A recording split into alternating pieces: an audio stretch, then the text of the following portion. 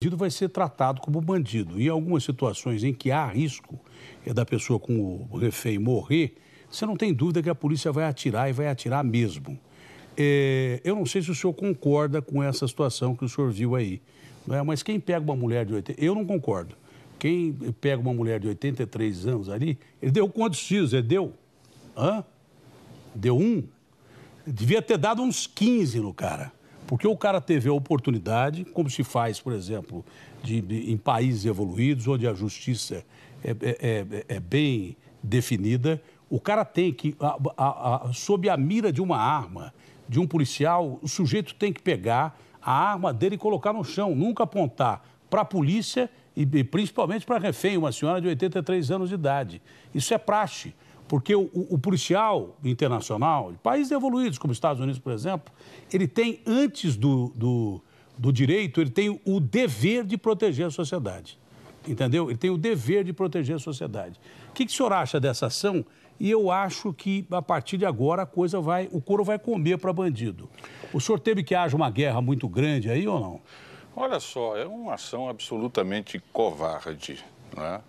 E, evidentemente, que o policial em questão, ele tem que levar em conta o risco que corre exatamente aquela pessoa e tem que procurar defendê-la. E foi, acho que, isso que ele fez. Agora, é preciso lembrar que essa criminalidade na rua, que nós assistimos, essa violência covarde, inominável... Vem do crime maior. Vem do crime maior. E onde é que está o crime maior? O crime maior está dentro do sistema prisional brasileiro, que ninguém discute. Ou seja, nós saímos de uma campanha presidencial e se discute muito o crime que acontece nas ruas, que é exatamente o que nós acabamos de ver, essa barbárie, essa violência que nós acabamos de ver. Mas esse crime é comandado da onde, Datena? Cadeia. Da cadeia, onde nós temos 70 facções. Lá está o PCC. Você deixou uma frase gravada durante a sua participação no Ministério, que cadeia era escritório de bandido, ou coisa mais ou menos parecida. Eu chamei de home office do crime organizado. É isso aí. Hoje nós temos 70 facções no Brasil. E são elas que controlam, a partir do sistema prisional, que é realmente um absurdo, a criminalidade que se dá nas ruas. Então, se nós olharmos apenas para essa criminalidade que precisa ser reprimida, sem sombra de dúvida, mas nós temos que entender que a origem dela, que o centro dela está dentro do sistema prisional. Daí a necessidade de reformar esse sistema e, sobretudo, de desbaratar essas facções. O que é que fizemos nisso? Nós criamos na Polícia Federal, pela primeira vez, uma coordenação de combate ao crime organizado, às facções criminosas, que está dando resultados. A Polícia Rodoviária Federal quebrou todos os recordes esse ano de apreensão de drogas e armas no Brasil. Por onde vem contrabando de armas e drogas? Claro, sem a menor sombra de dúvida. Não é só a fronteira, porque passa pela fronteira, tem uma boa mas vem notícia? pelas estradas. Deixa eu lhe dar uma boa notícia. Outra boa notícia sobre fronteira. Outra boa notícia, fronteiras, anote aí. Nós estamos investindo 140 milhões, fechei com o Brigadeiro Rossato, que é o comandante da FAB, para fechar e blindar toda a fronteira aérea do Brasil com a Bolívia e com o Paraguai. Como?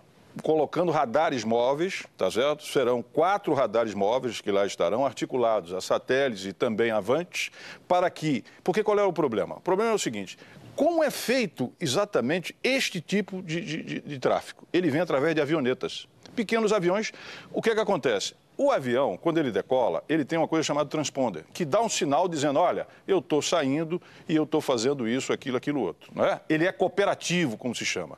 O da bandidagem, ele não é cooperativo, então não dá sinal nenhum. Como é que você detecta ele? Então, isso fazia com que você tivesse um grande tráfico de drogas e de armas. Esse sistema detecta o transponder, o avião? Ele detecta, por quê? Porque ele é para baixa altitude. Os outros radares de defesa, primeiro, eles ficavam mais no interior, por se tratar de defesa, não ficavam na faixa de fronteira. E a altitude é maior. Exato, para caça, por exemplo. Então, eles agora ficarão na fronteira. E a mesma coisa nós fizemos agora com a Marinha, na semana passada. Nós vamos monitorar vamos fechar todos os portos e vamos fechar toda a área marítima do Rio de Janeiro. Vamos chegar até o aeroporto de Santos. Então, uma outra fronteira de entrada que você tinha, tanto para Rio como para São Paulo, nós vamos começar efetivamente a ter um controle com relação a isso. O Porto de Santos, a exportação de droga para a Europa era uma coisa assim impressionante. Saía de droga aqui, de cada 10 cargas, 9 saíam e uma só era apreendida. Por isso que o PCC é a organização criminosa que mais cresce do mundo. Deixa eu te dar também uma boa notícia. Hoje eu estou antecipando o Natal. Estou antecipando o Natal. Está parecendo o Papai Noel da segurança pública. Não chego a tanto. Mas vê bem, o BNDES, pela primeira vez, está financiando a segurança pública no Brasil. São 40 bilhões de reais em 5 anos. O primeiro financiamento saiu para o Espírito Santo, 165 milhões, nós estamos assinando na próxima terça-feira, você está convidado, e eu espero que todos assistam. E, além disso, tá certo? Nós fizemos uma ata nacional de preço. Em vez de você fazer uma licitação aqui, uma licitação acolá, nós fizemos uma ata nacional de preço para veículos, tá certo? Ou seja, para exatamente viaturas para as forças policiais. Sabe de quanto? Não. 760 milhões. Muita grana. Serão 8 mil veículos que serão financiados pelo BNDES para as forças policiais de segurança. Porque nós já cansamos de ver viaturas caindo aos pedaços, viaturas sem combustível, viaturas sem condição e bandido com um carrão que eles roubam a hora que querem. Pois é. O problema da segurança pública no Brasil é a falta verba. Para crime organizado nunca faltou. Eles vendem cocaína... Eles assaltam banco e tal, pelo menos agora com recurso, a coisa pode funcionar. Você tem o recurso do BNDES, que eu me referi, de 40 bilhões, são esses para financiamento, e terão, a fundo perdido pelo Tesouro, os recursos agora que vêm. E veja, sem criar um centavo de déficit. Sem criar um centavo de déficit. Né? Nós sabemos que essa é uma questão que preocupa. Só com aporte de verbas que já existem de outros setores. Mas como é que você quebra o crime organizado dentro da cadeia? Você quebra basicamente rompendo a comunicação de dentro para fora, de fora para dentro. Esse é que é o nosso grande problema que nós temos que resolver. Legal e tecnologicamente. Legal e tecnologicamente. Porque, me explica uma coisa, como é que o NEM, que está a 5 mil quilômetros de distância lá, em Rondônia, ele gera uma guerra da Rocinha contra o Rogério 157, que obriga a gente a colocar as Forças Armadas? Como é que é feito isso? Você sabe quantos advogados tem o NEM somado com o Fernandinho Beiramar e o Marcinho VP? Sabe quantos advogados ele tem? Diz assim. 37. 37. Isso me parece uma soma grande, mas eu ouvi uma entrevista do Rodrigo Hidalgo com aquele Jarvis Pavão, que tinha no mínimo 15 advogados sentados juntos com o Jarvis Pavão numa só entrevista. 15 advogados sentados com o Jarvis Pavão numa única entrevista. Eu fiquei até impressionado, talvez a gente tenha essa imagem. Bom, mas a OAB sempre foi resistente a esse tipo de gravar telefonema. A gravação de telefonema é aquela coisa simples que você vê nos Estados Unidos, o cara chega lá, pega o telefone e fala do parlatório. É isso. É isso? Veja, a OAB tem uma posição que a gente tem que respeitar. Porque ela diz que são garantias, são direitos constitucionais. Porém, todo o direito de garantia da Constituição não é absoluto, é relativo. Se a propriedade, até a própria vida, é relativo. Tá certo? Se você estiver numa guerra, evidentemente que você tem que se defender para não morrer. Então, tudo é relativo. E o que a gente tem dito é o seguinte, veja bem, não nos interessa a conversa do advogado para fazer a defesa do preso. Isso nós não queremos saber. Agora, se existe uma articulação para crimes futuros, aí efetivamente o Estado tem interesse e nós precisamos... Você tem a determinação de matar esse cara, você tem a determinação de contato para conseguir contrabando de drogas. Entre defesa e entre o réu e o advogado não tem problema. Claro que vai conversar sobre a defesa dele.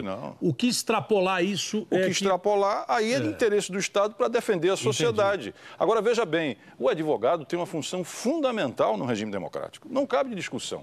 Não estamos aqui para discriminar e satanizar. Agora, é preciso entender que há uma relação diferente. Se alguém comete um crime individualmente e ele vai ter um advogado, é uma relação. Agora, muda a natureza quando aquele advogado vai defender um líder do crime organizado, porque esse vai tentar chantageá-lo, comprá-lo, ameaçar ele e a sua família, para que ele faça parte, exatamente... Às vezes o cara fica até refém Então, eu diria que é fundamental mudar a legislação para que você rompa. E outra coisa, nós temos uma jabuticaba que só tem no Brasil, que é visita íntima.